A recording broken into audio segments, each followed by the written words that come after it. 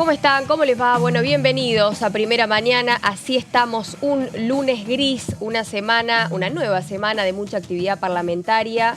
Por supuesto, estamos ya preparando todo lo que tiene que ver con la actividad y el seguimiento periodístico de todos nuestros especialistas y el trabajo de cada uno de los que ya van llegando a la casa parlamentaria, la Casa de las Leyes. Así está, gris, un día bastante lluvioso, pero por supuesto te puedes mantener informado a través de la pantalla de Diputados Televisión. ¿Por qué? Porque hay un montón para hablar, un montón para debatir en el día de hoy y ya empiezo a presentar a mi equipo. Yo en este caso hoy voy a estar reemplazando, mi nombre es Luis López, voy a estar reemplazando al gran Pato Méndez, Carlos Pato Méndez, y tengo un gran equipo también para ir transmitiendo de lo que va a ser esta información de esta semana, cómo se viene, porque va a haber también reunión de comisión bicameral, porque también se está esperando que se solucionen algunas cuestiones que, más allá que va a estar siendo el 1 de marzo la apertura de las sesiones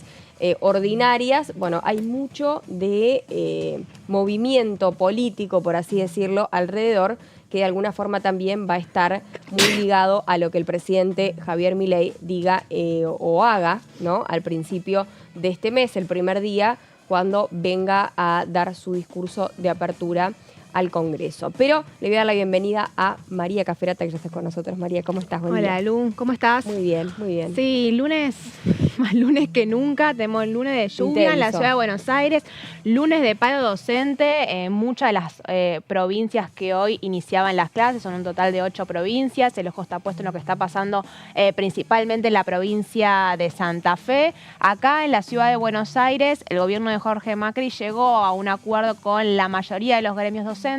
Los únicos que están haciendo paro son UTE y ADEMIS particularmente, pero bueno, es un inicio de clases que arranca hoy para 8 provincias y después de manera encadenada va a ser el resto de las diferentes jurisdicciones, a la expectativa de qué pasa mañana, que va a haber reuniones con el ministro de Transporte, iba a decir, con el ministro, el secretario de Educación y con el secretario de Trabajo para ver cómo se hace para resolver, a la expectativa de si en paralelo los diputados y las diputadas avanzan en lo que es el centro de la discusión, más allá de la paritaria, que es los fondos nacionales de incentivo docente, que no fueron transferidos a las provincias y que están motivando en parte el paro, y que hay muchos legisladores que están analizando la posibilidad de plantearlo por su parte en el recinto una vez que arranquen las sesiones ordinarias. Bien, o sea que sería para tanto la transferencia de los fondos como para lo que es que, recordemos, venció el 31 de enero, como también de 2024, como también para que, bueno, pueda finalmente llegar esta cantidad de proyectos que se presentaron.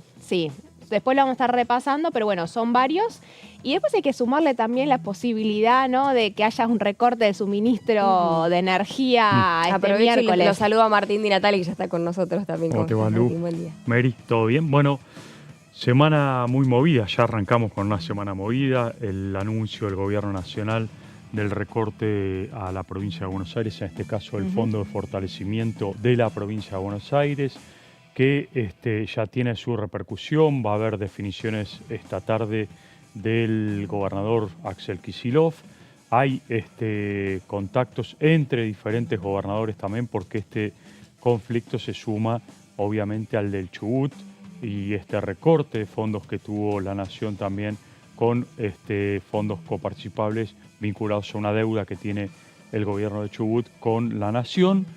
Esto se suma, por supuesto, también y tiene su correlato parlamentario, porque en el día de hoy han firmado varios legisladores del PRO, vamos a hablar de eso también. Varios legisladores del PRO suscribieron una carta que firmó la ministra de Seguridad, Patricia Bullrich, adhiriendo al apoyo y al recorte de fondos que está haciendo la Nación a distintas provincias, y esto, por supuesto, va a tener un correlato en el Congreso de la Nación. Por otro lado, la Casa Rosada ya está empezando a armar lo que va a ser el texto y el discurso del presidente Javier Milei el día viernes en el Congreso de la Nación para apertura de sesiones ordinarias. Vamos a hablar de todo esto también, hay algunas ideas que andan dando vueltas. Perdón, Martín, como que siento que por ahí todo el conflicto de lo que está pasando con la provincia de Chubut un poco es lo que está por ahí tapando, si se puede decir, lo que tiene que ver con el discurso de Javier Milei, porque no nos olvidemos que más allá de todo lo que está sucediendo, tanto con el FONID, con estos proyectos que están dando vuelta, más la situación con algunos, principalmente con Chubut, pero también donde algunos gobernadores patagónicos también han alzado la voz, bueno, está como dejando en segundo plano la importancia de abrir sesiones ordinarias después de lo que fue el poco tratamiento de ley bases, ¿no? Exactamente. Sí, a ver, hoy el foco de tensión está puesto justamente entre las provincias, todas las provincias, te diría, o gran parte de las provincias, porque ahora se suma a la provincia de Buenos Aires también a este recorte de fondos, y las provincias patagónicas, como bien vos decías, que suscribieron o apoyaron a Chubut. Esto está de alguna forma generando una tensión muy fuerte y habrá que ver si a todo esto se suma mayor tensión en el discurso presidencial, porque lo que dicen hoy en Casa Rosada es que va a ser un discurso muy encendido, un discurso muy duro, con algunos anuncios, con propuestas. Está el proyecto de ley, vamos a hablar de esto también después, el proyecto de ley que va a enviar al Congreso el presidente de la Nación para sancionar y pedir prisión para aquellos funcionarios, e incluido el presidente, que emitan moneda. Con lo cual, todo esto va seguramente a generar un debate muy fuerte entre el presidente de la Nación y el Congreso. Está ratificado que el presidente va a estar en la sesión el primero, no va a dar el discurso afuera. Se está evaluando si se va a dar en el mismo escritorio, digamos, que está dispuesto al lado de la vicepresidenta, o si va a haber un atril dispuesto por parte del presidente frente a los legisladores. Esto sería una modalidad distinta, es algo que se está evaluando en la Casa Rosada, pero no se descarta. Con lo cual, todo lo que tiene que ver con gestos diferentes o diferenciadores que quiere dar Milei hacia el Congreso y hacia la política son los que están evaluando. Y después empieza el debate, la bicameral, ¿no? Que es el jueves. La bicameral, vamos a hablar después también en detalle para recordar un poco de qué se trata este DNU con 300 artículos y lo que implica ese debate. Bien, recién habíamos dicho esto de la situación por ahí que también está, y cuál es el rol, ¿no?, que va a tener particularmente el PRO en estos próximos días, teniendo en cuenta por ahí que se vienen las elecciones, también el próximo 15 de marzo, de que también hay cuestiones que se están definiendo entre Mauricio Macri y Patricia Bullrich, donde, bueno, cada uno va tomando su postura cada vez más marcada, por así decirlo, y en el medio queda un oficialismo que necesita de este gran aliado que es el PRO, ¿no? Y así, tanto para gobernar como para trabajar dentro del Congreso. Pero tenemos, por supuesto, que ya empezar a hacer un análisis pormenorizado de algunas cuestiones principales, donde hablamos de este Fondo Nacional de Incentivo Docente, que recién María nos contaba muy detalladamente, pero ahora sí hay que entender un poquito más sobre los proyectos que se han ido presentando y quiénes son sus autores. Sí, porque, a ver, hoy lunes van a empezar a haber conversaciones entre algunos de los sectores de la oposición. Ya la semana pasada se había visto pasear por los pasillos de la Cámara de Diputados a Sonia Aleso, que es la titular de CETERA, que es el gremio docente nacional más importante, precisamente viendo de acercar posiciones con algunos diputados de Unión por la Patria, de Hacemos Coalición Federal, del radicalismo, para ver si se podía llegar a un acuerdo general para ver de plantear y forzar el tratamiento de la prórroga del Fondo Nacional de Incentivo Docente, que venció el año pasado y que, a diferencia de lo que ocurre todos los años, no fue prorrogado, y es un poco de el argumento del que se vale Javier Milei para no enviar los fondos, que es un poco lo que estamos viendo en simultáneo con lo que está pasando en Chubut, ¿no? Con el objetivo de alcanzar equilibrio fiscal y esta política fiscalista que está encarando el presidente, están habiendo recortes en distintas áreas, está pasando lo mismo con jubilados y ahora está llevando el tema docente. La diferencia es que hoy arrancaban las clases en gran parte del país y arrancaron con un gran paro docente en un contexto de alta sensibilidad social. Entonces están empezando a haber negociaciones para ver de forzarle al oficialismo el tratamiento de este proyecto. ¿Qué es lo que pasa? Hablamos recién, el viernes es la apertura de sesiones ordinarias y a partir de esa instancia cualquier conjunto de diputados, sean 10 o más, que pida una sesión especial, pueden hacerlo para el tratamiento de cualquier iniciativa, por más que el oficialismo esté o no de acuerdo con el tratamiento de esa ley. Lo que está buscando hacer un sector de la oposición tiene que ver con llevar el tema del Fondo Nacional de Incentivo Docentes, y si llega a un acuerdo con la gran mayoría de los bloques de la oposición, no están contando al PRO, digamos por su postura más cercana al oficialismo, de llevar la posibilidad de la prórroga del Fondo Nacional de Incentivo Docente, que hoy representa entre el 10 y el 15% del salario de los docentes, ¿no? A ver, ¿qué es el Fondo Nacional de Incentivo Docente? En la práctica es un plus económico que se le da a los docentes de todas las provincias para que haya menos desequilibrio en los sueldos interjurisdiccionales.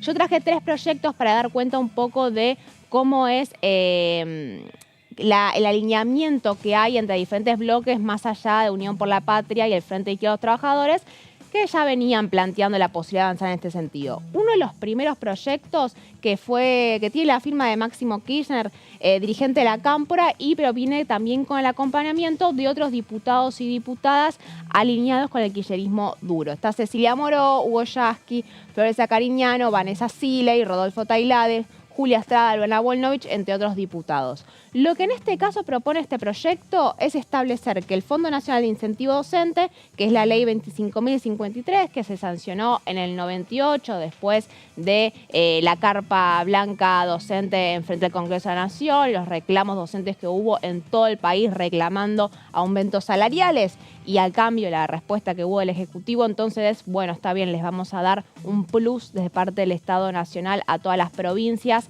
luego de que se hubiese derivado las funciones de la educación a las provincias. Bueno, esto que estaba siendo prorrogado de manera ininterrumpida desde el 98, ahora no está pasando. Entonces lo que propone el proyecto de Máximo Kirchner es prorrogarlo de manera permanente desde 2024, es decir, que establecer por ley que a partir de que se sancione la ley, el Fondo Nacional de Incentivo Docente esté y exista siempre.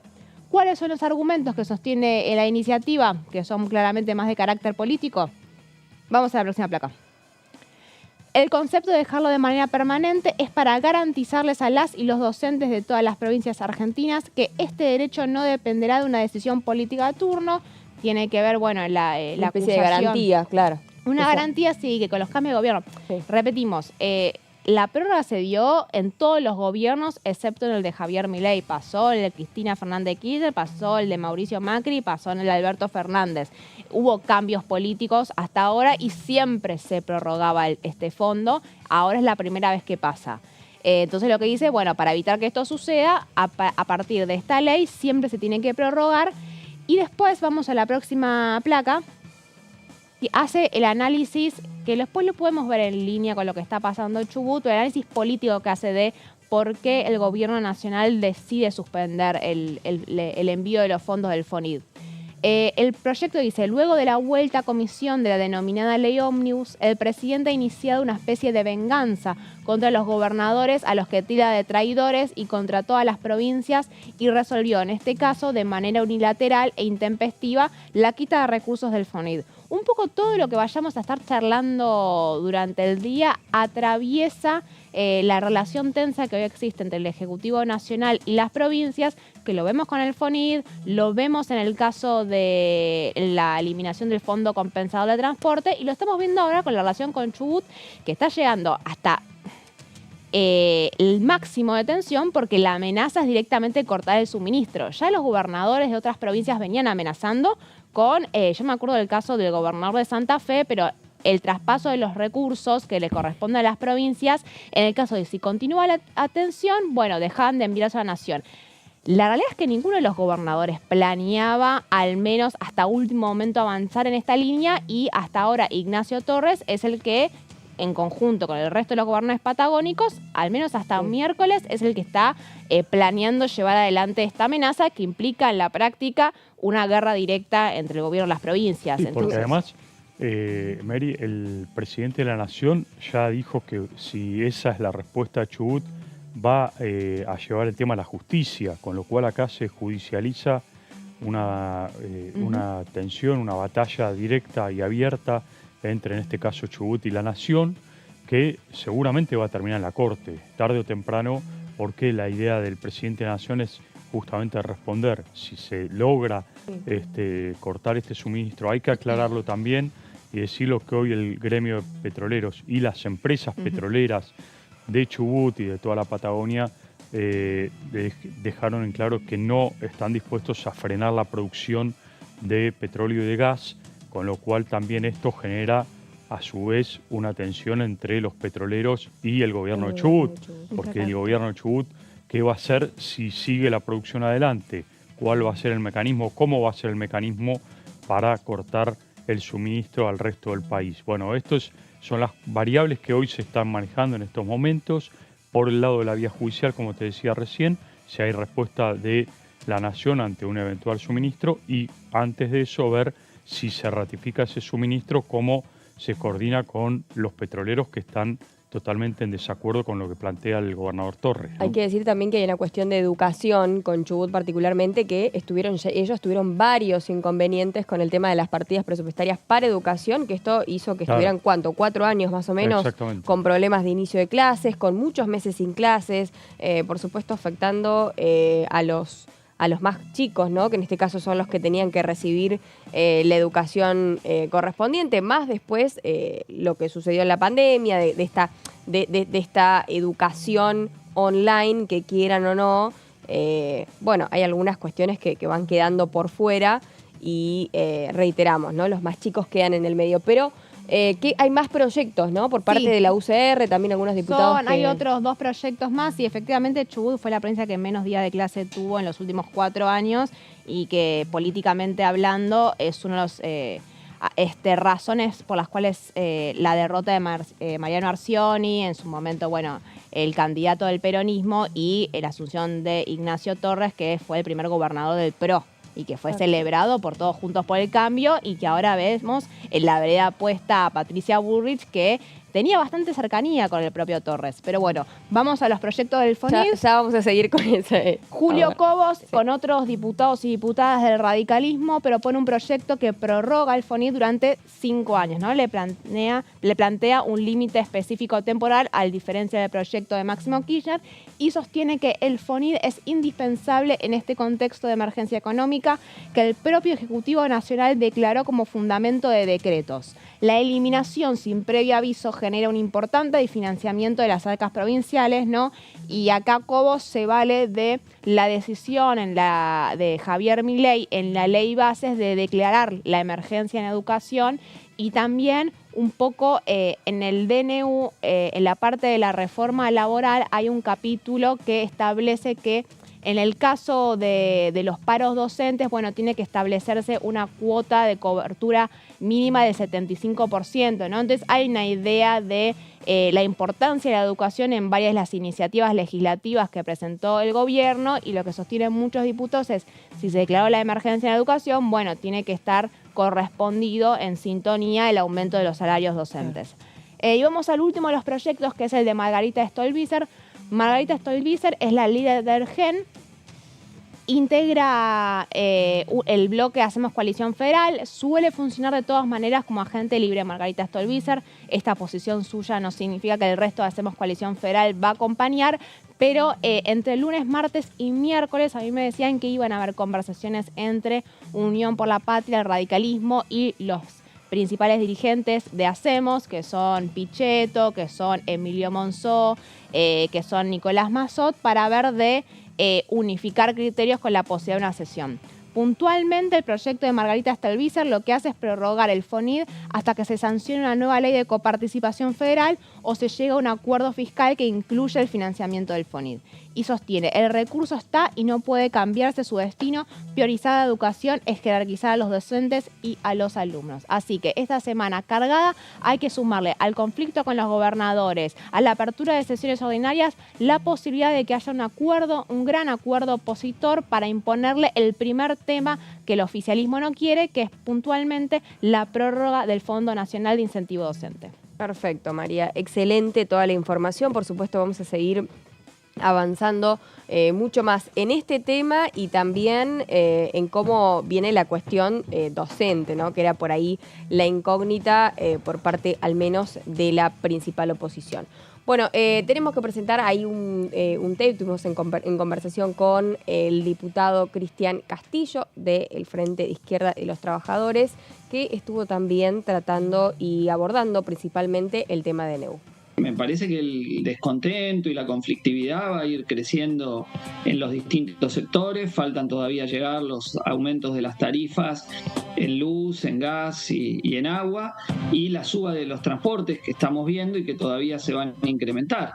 Entonces, a mi entender, esto va a generar un incremento de la conflictividad social y sería necesario un plan de lucha que involucre al conjunto de los trabajadores para derrotar esta política de ajuste que verdaderamente está cayendo sobre los que menos tienen. Bueno, y esto se está expresando también en la caída de la imagen presidencial en distintas encuestas, donde ya es más el porcentaje de la población que lo culpa a él directamente de las consecuencias de la política económica que al gobierno anterior, y donde hay un deterioro de su base de apoyo, incluso entre quienes lo habían votado, ¿no? Entonces me parece que esto es una señal indiscutible de lo que están causando estas medidas económicas. Y parlamentariamente me parece que sería central poder rechazar el DNU, que es parte de lo que está teniendo efecto, y bueno, y que está causando un perjuicio muy importante, sobre todo en el sector de los inquilinos, que aunque ha crecido la oferta de inmuebles en alquiler, es a precios siderales y por tiempos muy, muy chicos, ¿no? A veces por 6 y hasta por 3 meses que se están pagando los alquileres. Imagínate una familia que tiene que mandar a los chicos al colegio y le alquilan por 3 meses, y a los 3 meses le dicen, che, no te renuevo. Bueno, ¿qué hace esa familia? Entonces acá no hay ninguna protección verdaderamente para los inquilinos e inquilinas a partir de que el DNU ha derogado la ley de alquileres y ahora no hay ninguna norma, ¿no? Bueno, ahí hablando también sobre el tema de la ley de alquileres y, por supuesto, también ahora sí abocándonos en cuántos son los frentes de trabajo que va a tener el oficialismo a partir de, de estos próximos días y también, por supuesto, a partir del 1 de marzo, porque veníamos de, por ahí lo que iba a ser la piedra fundacional, ¿no? de la gestión, de alguna manera, por así decirlo, este proyecto de la ley bases, que al final no fue aprobado o se levantó la sesión en medio de lo que iba a ser la votación en particular. Por supuesto, ya desde ese momento se generaron los listados de quiénes iban a estar a favor y quiénes iban a estar en contra de construir, ¿no?, el futuro del país, como lo decía en algún momento el presidente Javier Milei, ¿no? Quiénes iban a estar a favor del gobierno y a favor de construir y quiénes no. A partir de esto, el conflicto también con los gobernadores y después, por supuesto, cuál iba a ser la moneda de cambio o el canje en el ida y vuelta de intentar definir una situación, por ejemplo, con la provincia de Chubut, ¿no? Esto de decir, bueno, finalmente si pueden cortar el suministro de petróleo, si realmente se puede hacer, de hidrocarburos, o qué es lo que puede suceder, ¿no? Sí, esa es la gran incógnita. La realidad es que fue todo un fin de semana de recriminaciones mutuas, fundamentalmente dadas a través de las redes sociales, que más allá de las cuestiones técnicas, el gobierno de Chubut recrimina que envió mails pidiendo refinanciar la deuda, que es lo que suele suceder y que no tuvo respuesta del gobierno nacional. El gobierno nacional responde que sí hubo una respuesta y se rechazó avanzar en ese sentido y que después el gobierno provincial respondió. Hay un tira y afloje que es técnico, pero la realidad es que el conflicto es político y más allá de si se puede o no se puede hacer, la expectativa es que en los próximos 48 horas haya un intercambio que no sea violento y agresivo a través de las redes o los medios de comunicación para resolver la cuestión antes de que llegue el miércoles.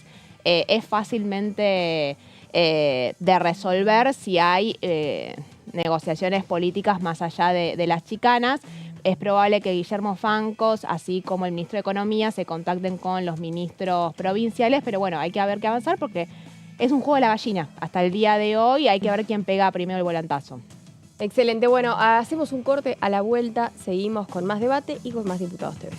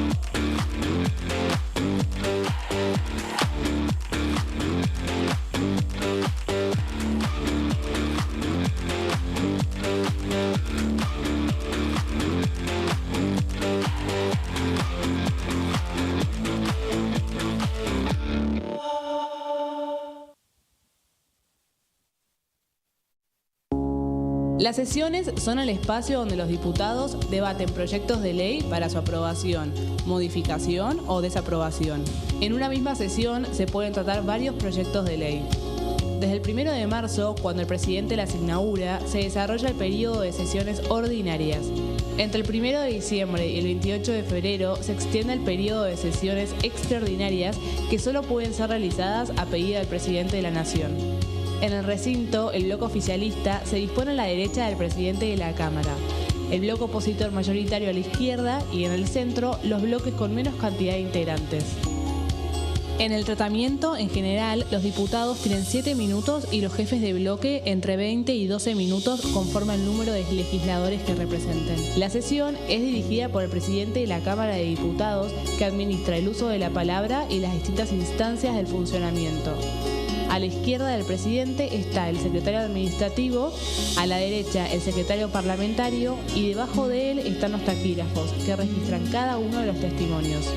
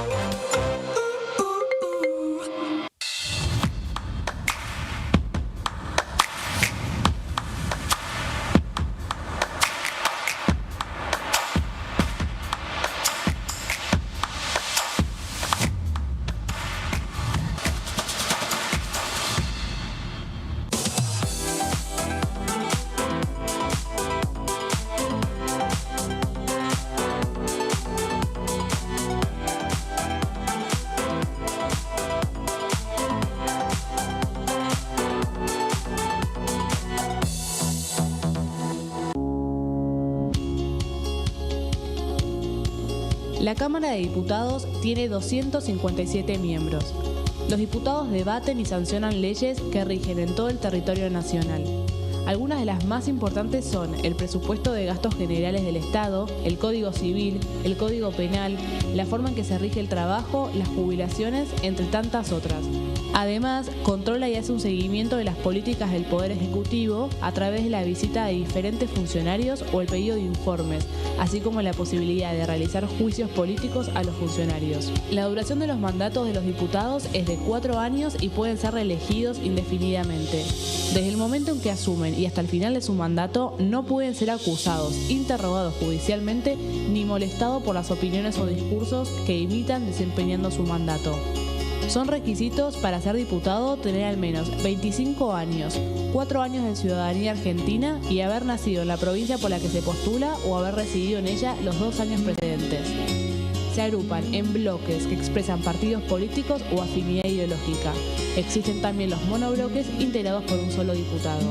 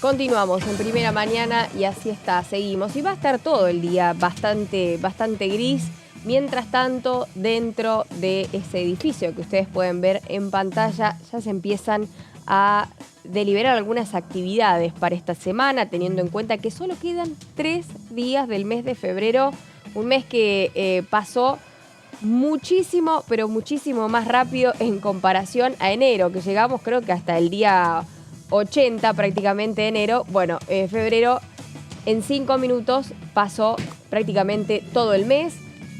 Creo que muchos deben estar de acuerdo o no, quizás, pero en materia parlamentaria también, teniendo en cuenta que se trabajó durante algunos días también lo que fue el tratamiento de la ley bases y, por supuesto, ya pensando en lo que va a ser el 1 de marzo y la apertura de sesiones ordinarias. Más allá de todo lo que está pasando y de todo el contexto político que recién les contábamos, todas las miradas y el foco de atención está en el discurso de Javier Milei cuando venga al Congreso el 1 de marzo. Pero seguimos con más. Martín y Natalia, que estamos delimitando y también pormenorizando, ¿no? De qué se trata estas bases para la reconstrucción de la economía argentina.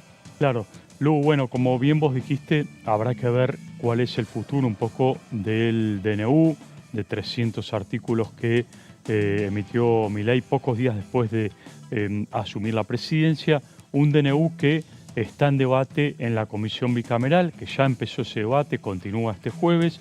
Vamos a recordar un poco cuáles son los puntos centrales básicamente de este DNU, cuál es el alcance. Recordemos que parte también de ese DNU, si bien está en vigencia en su totalidad, una parte ha sido objetado judicialmente, sobre todo, por ejemplo, el capítulo que tiene que ver con la reforma laboral. Hubo un planteo, un recurso de amparo presentado por la CGT y varios gremios. La justicia dio lugar, se falló una cautelar. Esto significa que por ahora está stand-by, por lo menos esa parte, ese capítulo de este DNU. Pero claro, el DNU tiene 300 artículos. Ahora vamos a ver en detalles algunos de los aspectos. Y para la Casa Rosada este DNU está vigente. Tal es así que, por ejemplo, parte de ese DNU, que era, por ejemplo, la eliminación de varias dependencias del Estado, ya se puso en práctica. El anuncio que hubo la semana pasada de la eliminación del INADI como una de las dependencias, por ejemplo. Bueno, hay varios más, por supuesto, ¿no? Bueno, como decíamos, contempla 300 normativas, 300 artículos, y para derogar muchas leyes. Algunas son de la época de la dictadura. Esto lo remarca el gobierno nacional también para sostener su discurso. Vamos a ver en detalle el DNU, que plantea 3 tipos de modificaciones básicamente, ¿no? Por un lado plantea la derogación total de las leyes, por otro lado plantea la modificación de algunas y por otro lado plantea la derogación parcial de algunas leyes. Esto es un poco conceptualmente la idea de este DNU que está siendo debatido en la bicameral. Bien, vamos a ver. Viene siendo todo muy blanco y negro, ¿no? Como muy bueno. Cierro porque hay capaz déficit o, lo derogamos parcialmente. Creo que esas son por ahí las cuestiones más. Exactamente, derogamos parcialmente algunas leyes, otras no, otras las derogamos totalmente. Acá vamos a ver en la siguiente placa en detalle. Las leyes más afectadas por el DNU son 32, porque las deroga en forma parcial, por eso decimos que son las más afectadas. Básicamente la de promoción comercial, la de observatorio de precios, contratos de góndolas, la de mercado de interés nacional. Hay otro listado más, la siguiente placa. Claro.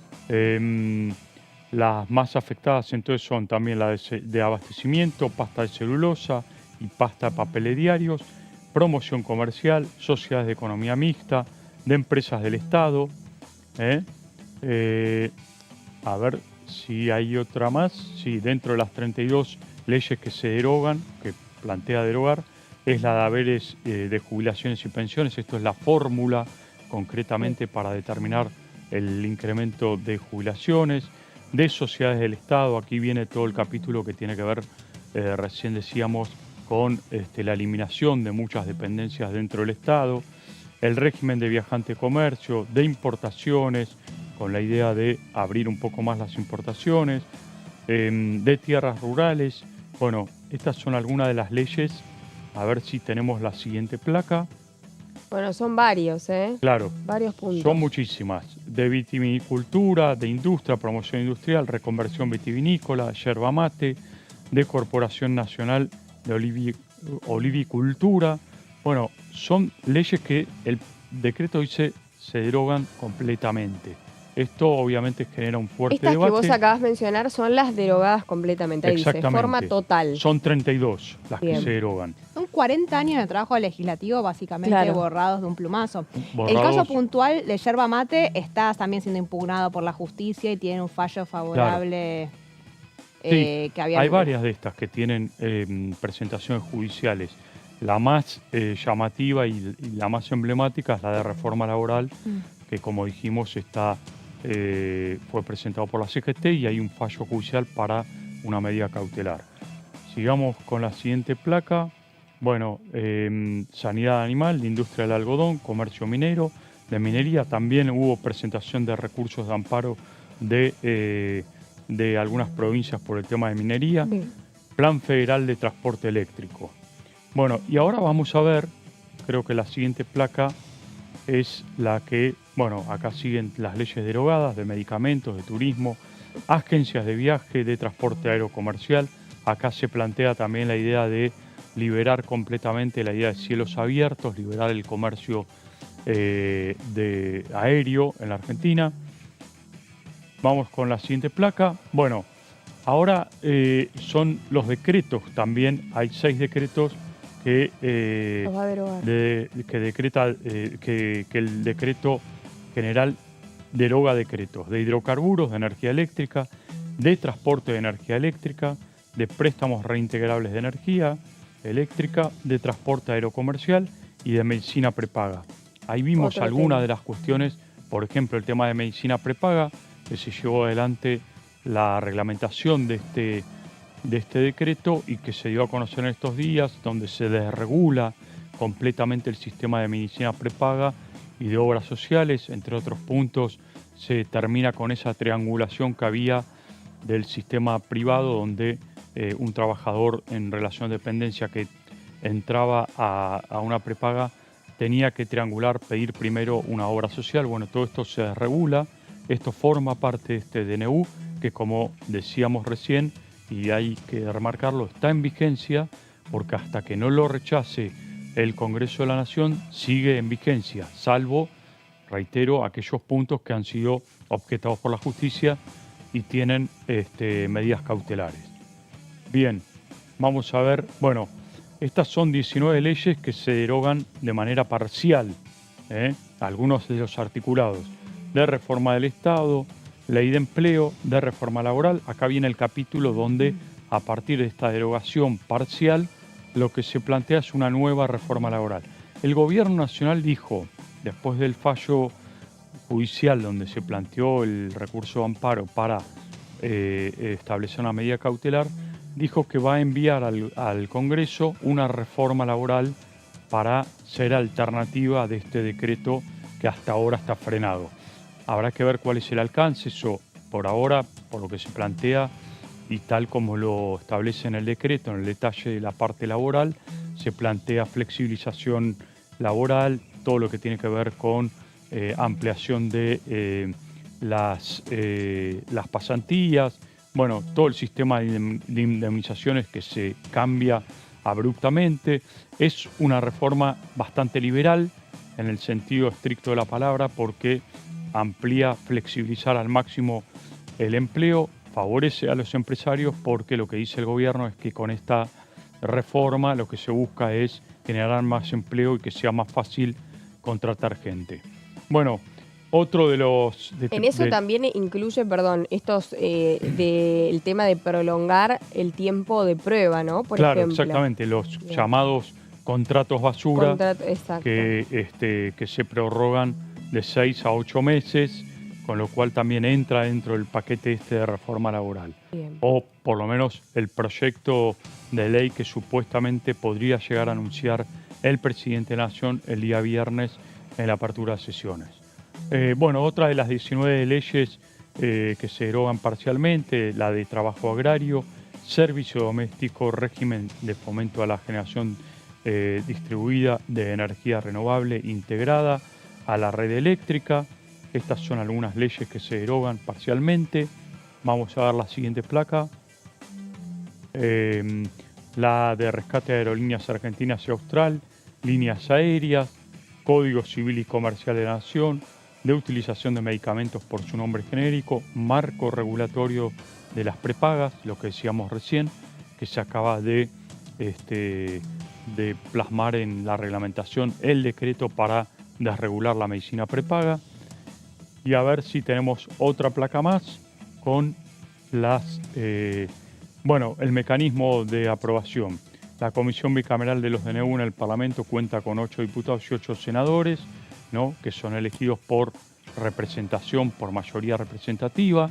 Esta comisión ya se conformó y está funcionando. El jueves hay una próxima sesión de esta comisión.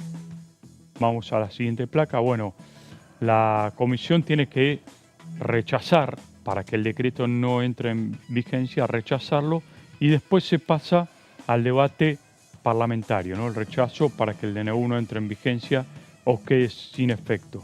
Hasta tanto el Congreso no lo rechace, el decreto sigue en vigencia. Esto hay que aclararlo. El dictamen debe ser aprobado tanto en el Senado como en diputados. Acá hay una corrección, es con una mayoría simple en realidad, la aprobación, pero tiene que ser aprobado tanto por diputados como por el Senado. De ahí viene la discusión política que algunos plantean, bueno, en el Senado, teniendo una mayoría abrupta la oposición, es muy probable que lo rechacen, pero en la Cámara de Diputados podría haber un debate muy trabajo fuerte. con estos aliados muy importante. Con los aliados puede que la oposición no logre el rechazo, ¿no? Bueno, y lo último, si no hay una definición del rechazo, como decíamos, el DNU sigue vigente. Así que a estar atentos con este DNU, que sigue el debate en la bicameral y que plantea 300 artículos. O sea que es lo mismo, perdón, sería, en este caso, ¿se sanciona todo el DNU o no? ¿O sigue vigente? El DNU sigue vigente, hoy está vigente. Bien. Lo que tiene que hacer el Congreso para que no siga vigente es rechazarlo. Primero en un dictamen de la bicameral y después ese dictamen que sea trasladado al recinto. Tanto en el Senado como en diputados tiene que haber rechazo para que ese DNU no entre en vigencia, ¿no? Ahí ves cuando el tamaño inmenso que tiene el DNU, los problemas que está generando adentro de algunos bloques como el radicalismo y Hacemos Coalición Federal, que no quieren rechazarlo, pero tampoco quieren aprobarlo en su totalidad. Entonces están empezando a plantear terceras alternativas, ¿no? Los DNUs por ley tienen que rechazarse o aprobarse en su totalidad. Lo que te dicen, por ejemplo, algunos sectores del radicalismo es, bueno, tal vez lo que vamos a hacer es plantear el tratamiento de capítulos porque nunca hasta ahora en la historia nos encontramos con un decreto de necesidad de urgencia que planee modificar o derogar 300 leyes, que tenga 300 artículos que planee derogar más de 100 leyes. Entonces, ¿cómo se hace para abarcar solamente un dictamen por la positiva o la negativa? Y bueno, y es un poco la estrategia que viene encarando hasta ahora estos sectores de la oposición que no quieren que se los identifique con el peronismo o el kirchnerismo y dicen, bueno, un poco déjanos ayudarte. El problema es que cuando el jueves se reúna de vuelta la comisión bicameral, vos ahí tenés que tanto La Libertad Avanza como Unión por la Patria rechazan la posibilidad de que se pueda tratar el DNU por partes. Entonces ahí estás en clara minoría y en algún momento van a tener que tomar una decisión el radicalismo y Hacemos Coalición Federal. Y acá es cuando se abre todas esas posibilidades de otras respuestas que ya tal vez no son dividir el DNU por partes, sino lo que está hoy planteando algunos sectores de Hacemos, que es, bueno, de vuelta insistamos en tratar el DNU como si fuera una ley. Hay varios proyectos espejo, debatamos esto en el recinto, debatámoslo como si fuera cualquier otro proyecto de ley, como fue el caso de la ley de bases. Ahí podemos incluir modificaciones, podemos negociar y no nos fuerzan a rechazar, porque son varios los legisladores que dijeron que el decreto era inconstitucional. Entonces, bueno, hay que prestar atención a ver de vuelta hasta qué punto el oficialismo está dispuesto a ceder.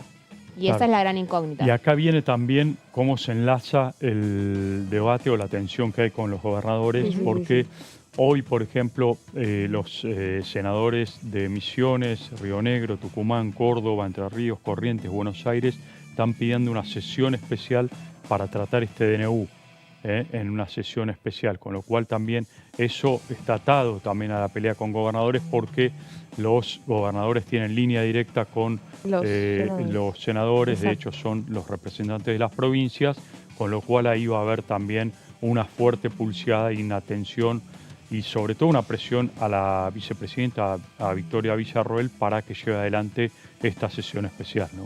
Una vicepresidenta que también, bueno, fue noticia la semana pasada por todo esto que tuvo que ver con pedir que retiren el busto de Néstor Kirchner, ¿no? Este fue también de los temas que, bueno, por ahí en la sesión preparatoria fue un poco el ida y vuelta que tuvo con algunos diputados de la oposición, ¿no? Perdón, algunos senadores de la oposición. Creo que en esto de ir totalmente de forma disruptiva, ¿no? Con lo que ya por ahí se viene dando, hace que, bueno, sigan apareciendo nuevos frentes de debate, nuevos frentes por ahí de trabajo que va a tener el oficialismo, no solamente a partir del 1 de marzo con lo que puede llegar a decir Javier Milei dentro del Congreso, sino también en este acuerdo o intento de acuerdo con las provincias y con los gobernadores. Bueno, un poco de lo que hemos estado también hablando con respecto a esto, a esperar qué va a pasar entonces y cómo se va a solucionar este conflicto con la provincia de Chubut, que no es un tema menor y que radica por el tema del FONID, de este Fondo Nacional de Incentivo Docente, y también, bueno, esperar a ver qué es lo que va a pasar con la comisión bicameral, ¿no?, de DNU. Hay que prestar atención porque la comisión bicameral va a trabajar siempre y cuando el tema no se termine llevando al recinto. Recordemos, ya pasaron los 10 días que exigía el tratamiento de la comisión desde la presentación del DNU en el boletín oficial. Lo que reclama Unión por la Patria es que el tema ya se puede tratar en el recinto. Bien. Hasta ahora, Victoria Villarroel, como presidenta del Senado, se había negado a hacer la convocatoria de la sesión. ¿Qué pasa? A partir del 1 de marzo, si hay al menos 5 senadores que piden la convocatoria de una sesión sobre cualquier otro tema, Villarroel ya no tiene el argumento para decir no forma parte del temario de extraordinarias y va a tener que convocar esa sesión. Si vos sumás los senadores que están pidiendo ahora, que son los senadores un poco del medio, ¿no?, del que responden las fuerzas provinciales, que están reclamando tratar el tema en el recinto, Unión por la Patria te dice hoy en día que tiene el número para el rechazo. Entonces, los 33 senadores de Unión por la Patria, más las 4 de las fuerzas provinciales, más los del radicalismo, porque es muy distinta la postura del radicalismo en el Senado que en diputados. En diputados vos tenés muchos diputados que por ahí están más con la idea de acompañar el DNU que del rechazo. En el Senado es lo contrario.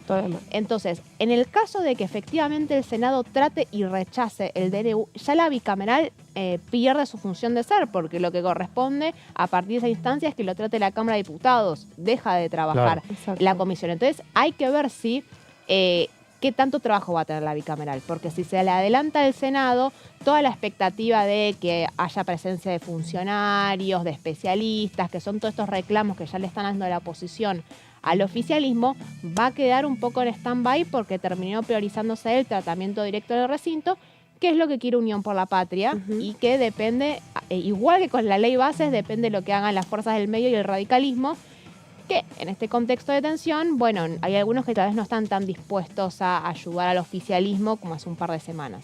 Queda en manos de la Libertad Avanza a ver, bueno, cómo van encarando las negociaciones esta semana y la próxima. El tema es que me parece que por ahí, desde un principio, marcan el hecho y el tema de esto de capaz no tanta autocrítica de qué es lo que se puede haber hecho mal, por ejemplo, en el tratamiento de la ley bases, con un dictamen de mayoría un poco flojo, si lo querés llamar entre comillas, al no haber sido, por ejemplo, y sino en esto de decir, bueno, estos diputados, hablando particularmente de la Cámara Baja, estos diputados están con nosotros y estos diputados no están con nosotros, y a partir de eso es que nosotros vamos a seguir avanzando, ¿no? En esto de discriminar, de decir, bueno, con estos sí y con estos no, y con los gobernadores va a suceder lo mismo.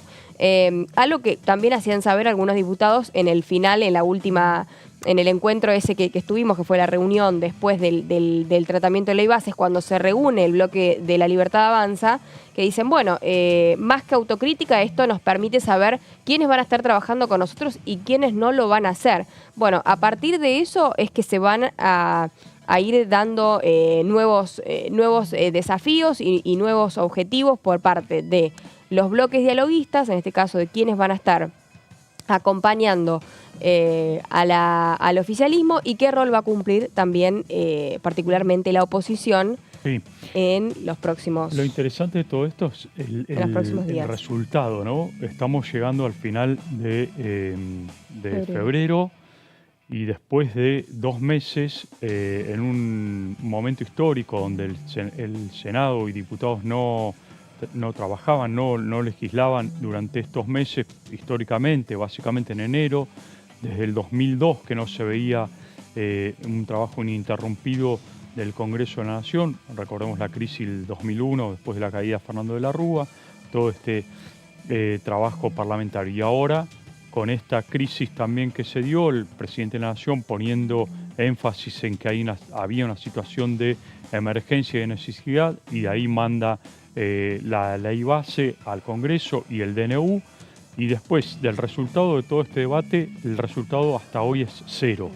Habrá que ver qué lectura se hace de esto. El presidente habla y calificó al Congreso como un nido de ratas en términos de resultados, es decir, no hubo ningún resultado, no le dieron ningún voto favorable a los proyectos que mandó y a la ley base, con lo cual el resultado es 0. Y por el lado de la oposición dirán, bueno, resistimos lo que fue una decisión del gobierno de avanzar con un ajuste, con lo cual también hay una lectura, si se quiere, favorable del lado de la oposición a este resultado 0. En definitiva, fueron 2 meses que la verdad no hubo ningún tipo ¿Puedes decir que fueron 2 meses tirados a la basura, más allá de todo el trabajo que se hizo con los plenarios? El objetivo es 0, ¿no? Sí, Después por eso digo, uno puede hacer la lectura del gobierno. Y de ahí vendría el enojo de Javier Milei con este nido de ratas. Exactamente. No, pero claro, porque ahí está la interpretación política del gobierno, que está en lógica de la exposición. No fue tirar la basura, sino que nos sirvió para exponer a quienes no están con nosotros y quienes son la casta, de la manera que a la oposición también políticamente le sirve, porque la realidad es que discutir con Javier Milei también te suma políticamente. Entonces, desde el punto de vista de imagen política, tanto oficialismo como oposición te pueden decir que ganaron. Ahora, legislativamente el resultado es eso, es 0. Está todo como muy mediatizado, ¿no? Muy a ver quién mide y hablándole particularmente cada uno como que le habla a su gente, ¿no? Y a un sector por ahí más determinado y sin entender que, si seguimos en esta, lamentablemente los proyectos van a seguir pasando y se acerca ahora el periodo de sesiones ordinarias y es donde los diputados y los senadores ya empiezan a tener más poder y más juego. Se nos terminó el programa, pero vamos a seguir con el debate como siempre a través de la pantalla de Diputados Televisión. Gracias María, gracias Martín por ser partes fundamentales de este equipo y de este programa. Seguimos con el gran Horacio Embón. Nos vemos, hasta mañana. Chau, chau.